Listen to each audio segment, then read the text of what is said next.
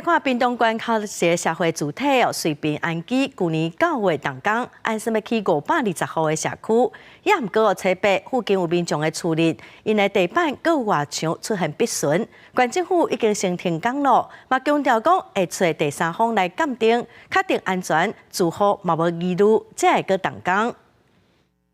那边整个下去，这边都裂掉了。施工以后开始的哈。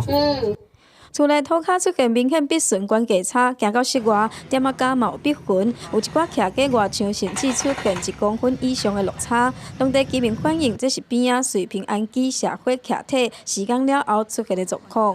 墙壁都裂开来了，真的吗？哎，厨网都陷下去啦，中间那一间那个中间那边啊都陷下去，都裂开了。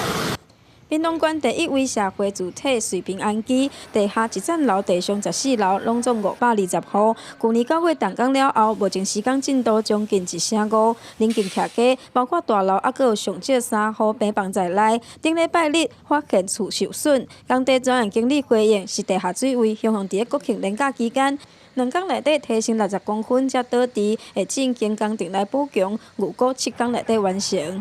做起来之后，会把整个这个基地，我们工地和这建筑物中间，包括基地下面一些软弱的土层的话，全部把它用灌浆的方式把它整个固化起来。那请我们的施工厂商立即做加强银行的安全维护。后续在我们使用执照核发之前，我们还会请厂商提供民众的和解书。县府伫9号要求停工。